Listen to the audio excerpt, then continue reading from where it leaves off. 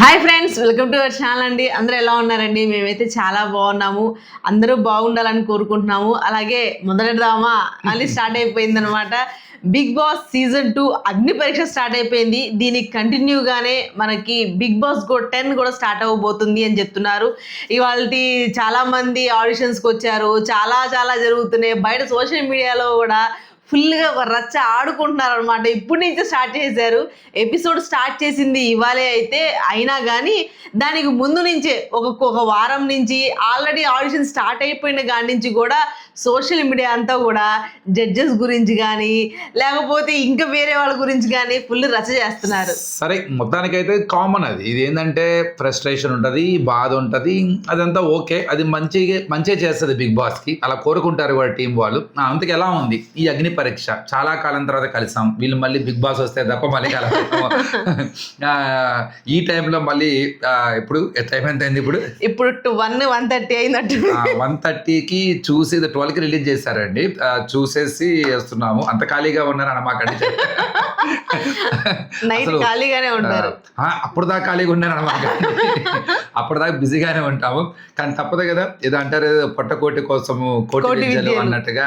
ఇంకా అది చెప్పలేము దాని గురించి. కష్టపడాలి, కష్టం లేనిదే ముందుకు ఏది వెళ్ళలేము. సరే, ఆ సీజన్ వాళ్ళు ఇప్పుడు టెలికాస్ట్ చేసింది కూడా అర్ధరాత్రి పూటేనండి. మ్యాక్సిమం ఇవన్నీ కూడా నైట్ పూట జరుగుతాయి అన్నమాట. అంటే మనిషి కష్టపడటానికి ఒక టైం ఎత్తుక్కుంటాడు అనమాట. ఆ టైం ఎలా ఉండాలంటే అసలు అన్యూజబుల్ టైం ఉండాలన్నమాట. అంటే అక్కడ చేస్తే తప్ప ఎక్స్ట్రా వర్క్ లా ఉండాలన్నమాట. కానీ ఇప్పుడు ప్రెసెంట్ కూడా లైవ్ లో ఇవాళ కూడా ఆడిషన్స్ జరుగుతున్నాయంట. అది నైట్ పూటే జరుగుతున్నాయంట, ఇంకా కంటిన్యూ అవుతుంది. అంటే వాళ్ళు కాలంతో పరిగెడుతూ ఉంటారు, వాళ్ళ కాలం డబ్బులతో లెక్కేస్తారు అనమాట. సరే, మనం కూడా అదే అనుకుంటామేమో.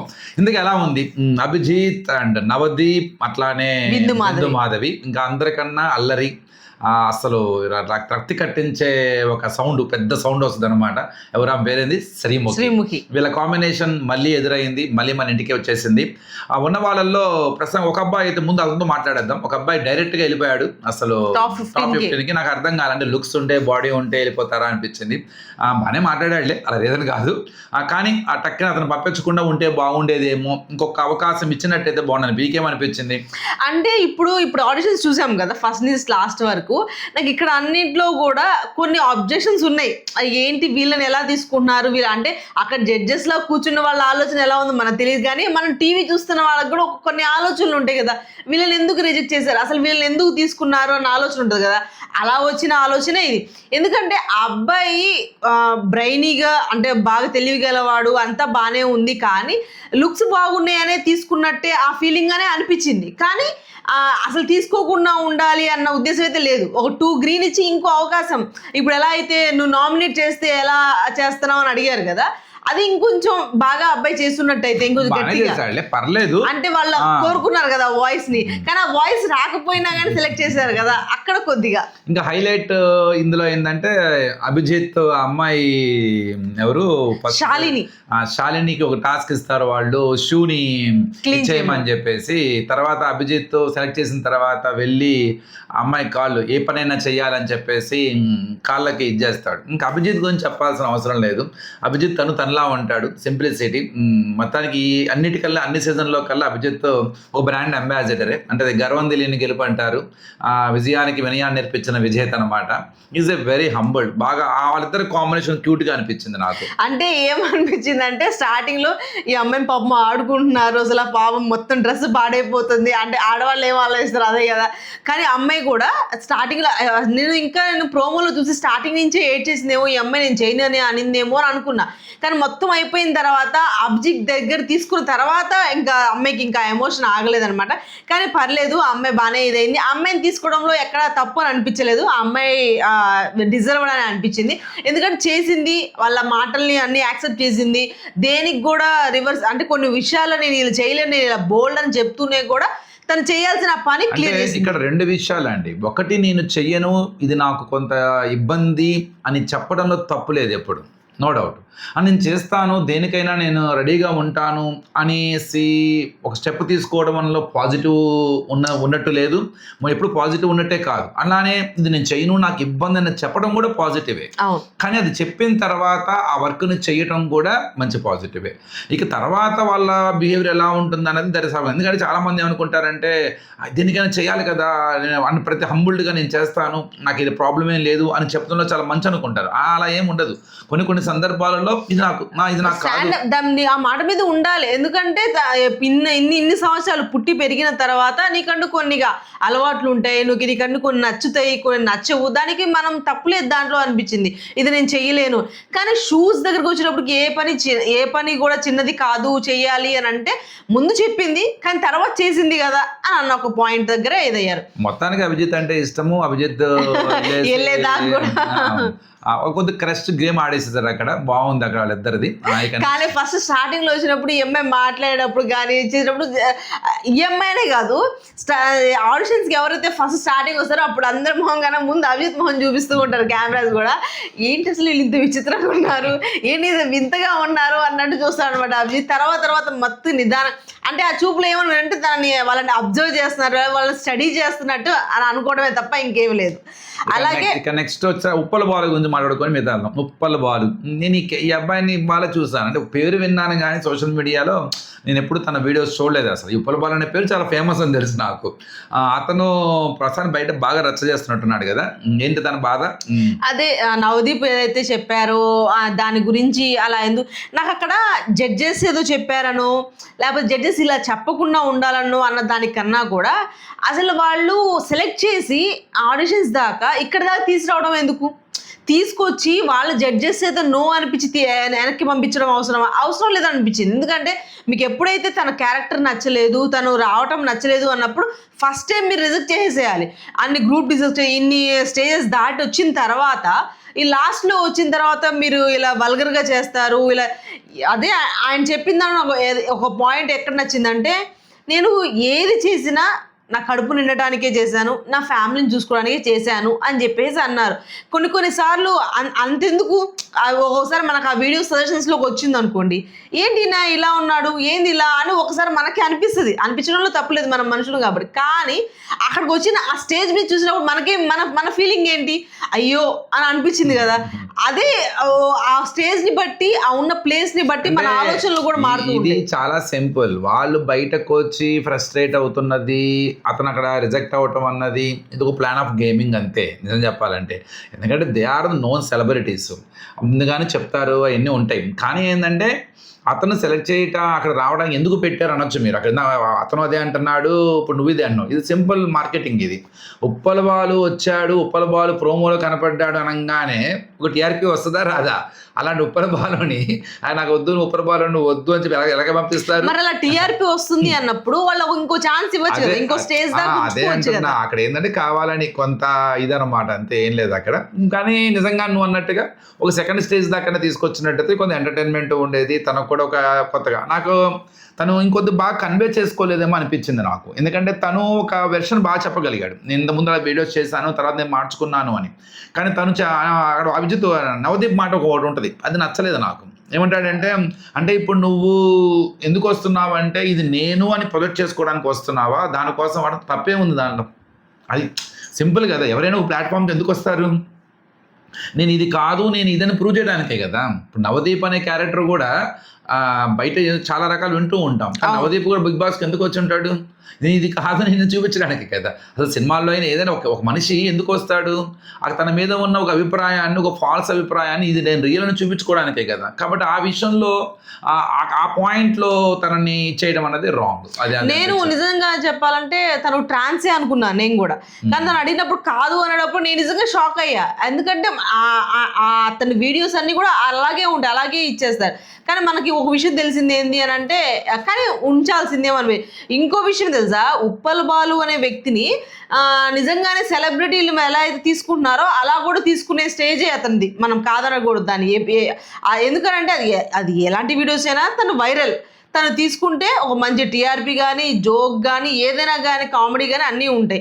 కానీ ఇలా తీసుకొచ్చి తర్వాత రిజెక్ట్ చేయడం అన్నది కొద్దిగా అనిపించింది. సరే ఓకే సరే మొత్తానికి ఉప్పల బాలు హడావుడి చేసి వెళ్ళిపోయాడు మొత్తానికి. ఇంకా నెక్స్ట్ వచ్చేసరికి హడావుడి చేయాల, బయటకు వచ్చిన తర్వాత హడావుడి చేసి నెక్స్ట్ ఒక అమ్మాయి రైతు ఎవరమ్మా రైతు బిడ్డ.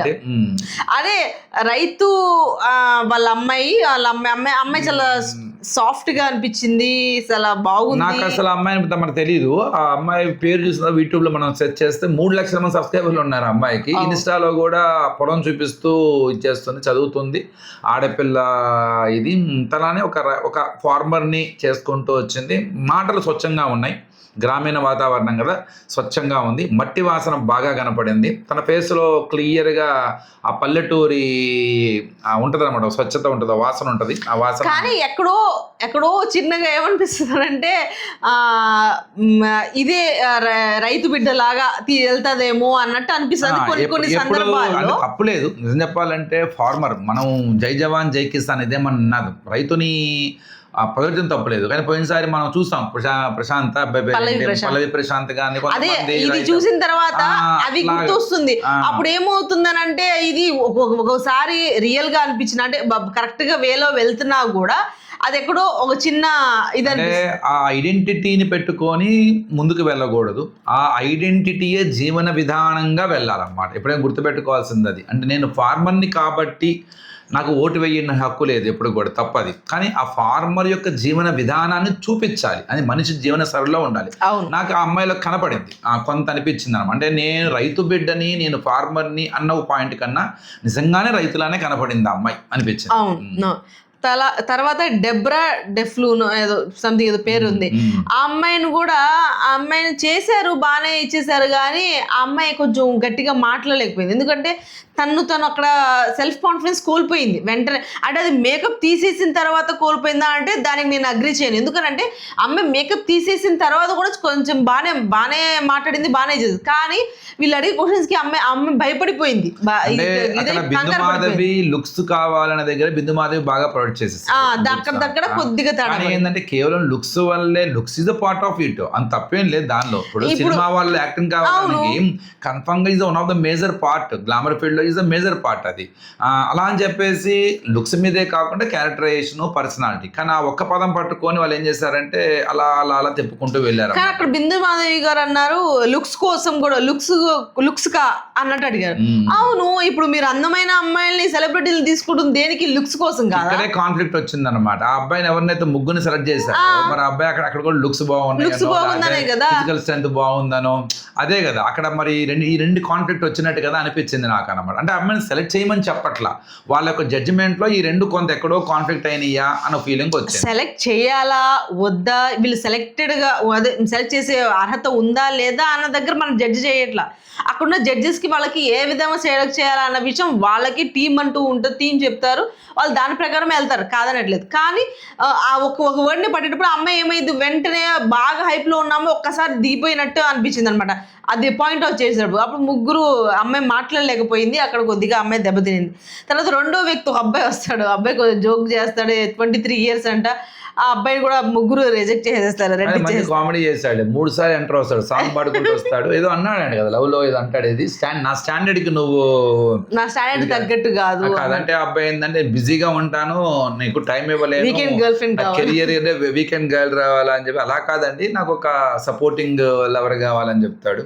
తర్వాత యోగా చేపిస్తాడు, మొత్తంగా సీముకు ఒక ఆట ఆడుకుంటుంది మొత్తానికి. అంటే కొద్దిగా నవ్వుపించినట్టు ఉంటుంది లేండి, ఆడిషన్ జరిగేటప్పుడు మధ్యలో. కానీ అక్కడ అవుట్ ఫిట్ లో అంత ఆల్రెడీగా అమ్మాయి శాలిని, ఆ అమ్మాయి అక్కడ షూస్ వేసుకొని ఇద్దరు ఇస్తారు. నువ్వు అంటే అబ్బాయి కూడా మోడల్ అనుకుంటా. అమ్మాయికి ఎంత రైటింగ్ ఏమంటే ఓవర్ గా మేకప్ చేసిందని చెప్పి చెప్తాడు. కానీ శ్రీముఖి అను బిందు మీద ఓవర్ గా మేకప్ చేయలేదంటే అది బాగుందంటే వీళ్ళిద్దరు ఓవర్ గానే మేకప్ చేశారు. వాస్తవంగా చెప్పాలి, శ్రీముఖి ఇంతమంది అనేయలేదా, కనపడట్లేదా, మన క్లియర్ టీవీలో నుంచి కనపడట్లేదా?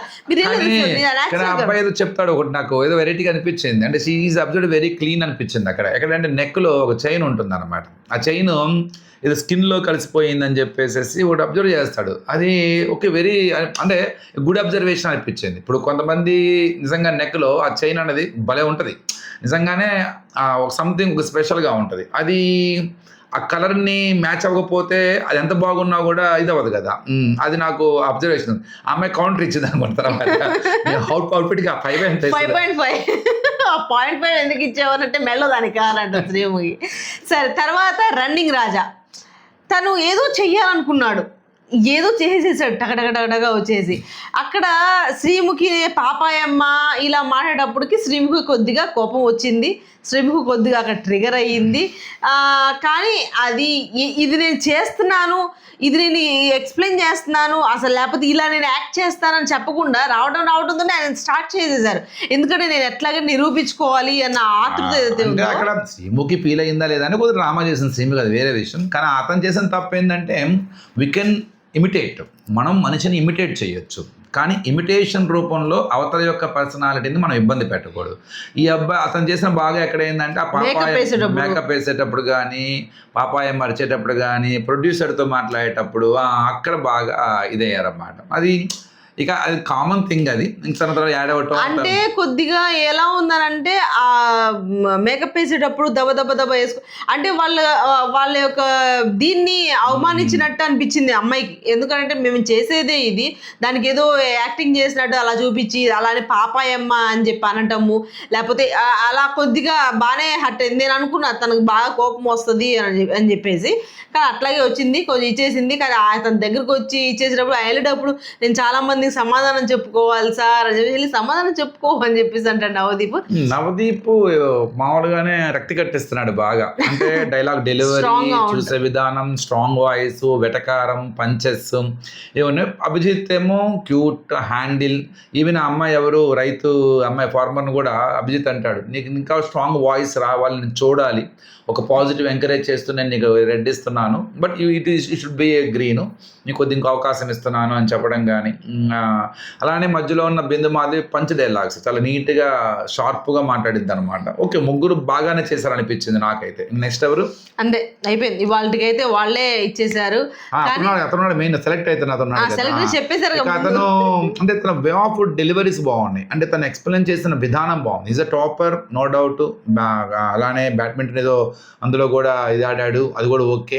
తను ఫ్యాట్గా ఉండేవాడు, తనకి ఒక ప్రొఫెషన్ ఏదైతే ఉందో అది ఒక యాక్టింగ్కి వెళ్ళాలి అనే ఒక దాన్ని ఇక నుంచి బయటికి రావటం, ఆ ఫ్యాట్ని కంట్రోల్ చేయడానికి తన బాడీని బిల్డ్ చేసుకున్న విధానం అది నిజంగా అన్బిలీవబుల్ థింగే. అది పుషప్ చేసేటప్పుడు కానీ అతనికి ఉన్న అతను నచ్చింది. అంటే మనకి ఎందుకు అట్రాక్ట్ అయ్యాడు వాళ్ళకి అంటే, నాకేమనిపించింది అంటే డైరెక్ట్ పంపించకుండా ఒక 2 గ్రీన్స్ ఇచ్చేసి స్టెప్ బై స్టెప్ పంపిస్తే బాగుండేది. అంటే ఇప్పుడు అందరినీ స్టెప్ బై స్టెప్ అంటే వాళ్ళకి ఎక్కువైపోతుంది కదా, సెలెక్ట్ చేయాలి కదా ఉన్న ఉద్దేశంతో. అతను ఎక్కడ మార్క్స్ కొట్టేశాడంటే he is presented in the calm way and composed way. Answers కూడా చాలా డెలివరీ బాగుంది. అండ్ ఎలా అంటే చెప్పాల్సింది చెప్పేస్తున్నాడు. అంటే ఇక్కడ ఒకటండి, మనం చెప్పేది 2 రకాలు ఉంటుంది అనమాట. ఇద్దరు ఒకేలా చెప్తారు, వాస్తవం చెప్పాలంటే టోన్ ఉంటుంది అనమాట.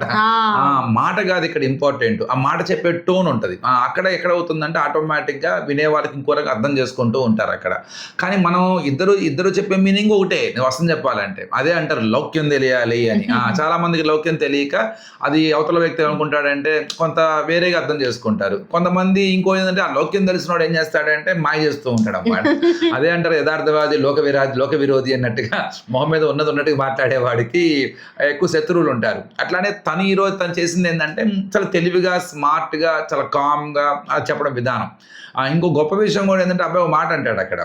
ఏమనంటాడంటే, ఇది ఎట్లా నా కోపం వస్తుందా నీకు అరుస్తావా అంటే, నేను ఫిజికల్ దాంట్లో నన్ను మించినోడు లేడు, 100% డామినేట్ చేస్తాను అట్లా అని చెప్పి ఎమోషనల్ కానీ స్మార్ట్ థింకింగ్ కానీ చాలా కంపోజర్గా ఉంటాను, యాంగ్రీ కూడా నాకు ఎగ్జాక్ట్ రాదు, నేను కంట్రోల్ చేసుకుంటాను అని చెప్పడం. తర్వాత అవకాశం ఇస్తే నువ్వు ఎలా వైరల్ అవుతావంటే నన్ను సెలెక్ట్ చేసేసారు, అదొకటి. ఇంకా అన్నిటికన్నా కూడా ఇవన్నీ పెద్ద నాన్నే అట్రాక్ట్ అవ్వాల. కారణం ఏంటంటే ఈజ్ వెల్ ప్రిపేర్డ్ అనిపించింది నాకు. కానీ ద వే లాస్ట్ ఒక్కటి మాత్రం నాకు చాలా న్యాచురల్ అనిపించింది.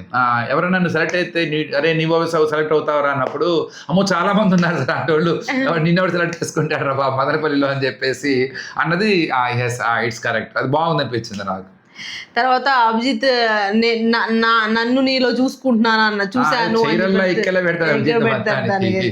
కానీ అది ఇంకా ఏమైనా మనకు చూపించేది చాలా తక్కువ. వాళ్ళకి ఎంత పెద్ద ఆడిషన్ ఉంటుందా, ఎంతసేపు ఉంటుందా అన్నది మనకు తెలీదు. మనకు చూపించేది ఏదైనా కట్టింగ్ లో మనకు చూపిస్తారు కాబట్టి ఇంకా అక్కడ ఎలా ఉంటుందో మనకి తెలియదు. ఇంకా ఏం మాట్లాడారో కూడా మనకు అగ్ని పరీక్ష బాగానే మొదలైంది. సీజన్ 2 ఉత్సాహంగానే స్టార్ట్ చేశారు. కంటెస్టెంట్స్ లో పోయినసారి ఉన్న వాళ్ళంతా ఉన్నారా అంటే కొంత తక్కువే అని చెప్పాలి. ప్రెసెంట్ ఇప్పటిదాకా ఒక్క రోజు ఎలా తెలుస్తుంది అంటే పోయినసారి మొదటి ఎపిసోడ్ లోనే హేమీలు వచ్చారు, అసలు మామూలు వాళ్ళు రాదు. అందులో లాస్ట్ ఇయర్ మనం చూసాం కామనర్స్ చేసిన రచ్చ కాదు అసలు అది. ఈసారి అలానే ఉంటారా అంటే లాస్ట్ ఇయర్ చూసారు కదా కాబట్టి. ఇప్పుడు లాస్ట్ ఇయర్ శ్రీజ గానీ దివ్య గానీ అమ్మో ఫస్ట్ స్టార్టింగ్ దివ్య నిఖిత వచ్చినట్టుంది లాస్ట్. అవునవును. అసలు ఈసారి అంత ఫైర్ ఉందా లేదు తెలియదు కానీ ఓకే, మన రేపు మేబీ తెలుస్తుందేమో ఇంకా. ఓకే ఫ్రెండ్స్, ఇవాళ వీడియో అది. రేపు మళ్ళీ నెక్స్ట్ ఎపిసోడ్ గురించి మాట్లాడుకుందాము. సబ్స్క్రైబ్ చేసుకొని ఉంచుకోండి. అలాగే బెల్ ఐకాన్, మీకు నోటిఫికేషన్ రాకపోతే కనుక బెల్ ఐకాన్ని క్లిక్ చేసి పెట్టుకోండి. మన ఇవాళ నుంచి మళ్ళీ బిగ్ బాస్ అయిపోయేదాకా, ఎందుకంటే కంటిన్యూగా బిగ్ బాస్ ఉంటుంది కాబట్టి అగ్ని పరీక్ష అయిపోయిన తర్వాత ఇంకా రోజు అప్లోడ్ అవుతూ ఉంటాయి. రోజు వీడియోస్ చేస్తూ ఉందాము, మాట్లాడుకుందాము. ఈ వీడియో కనుక మీకు నచ్చితే ప్లీజ్ లైక్ చేయండి, షేర్ చేయండి, సబ్స్క్రైబ్ చేసుకోవడం మాత్రం మర్చిపోకండి. లైక్ చేయండి, షేర్ చేయండి, సబ్స్క్రైబ్ చేసుకోవడం మాత్రం మర్చిపోమాకండి.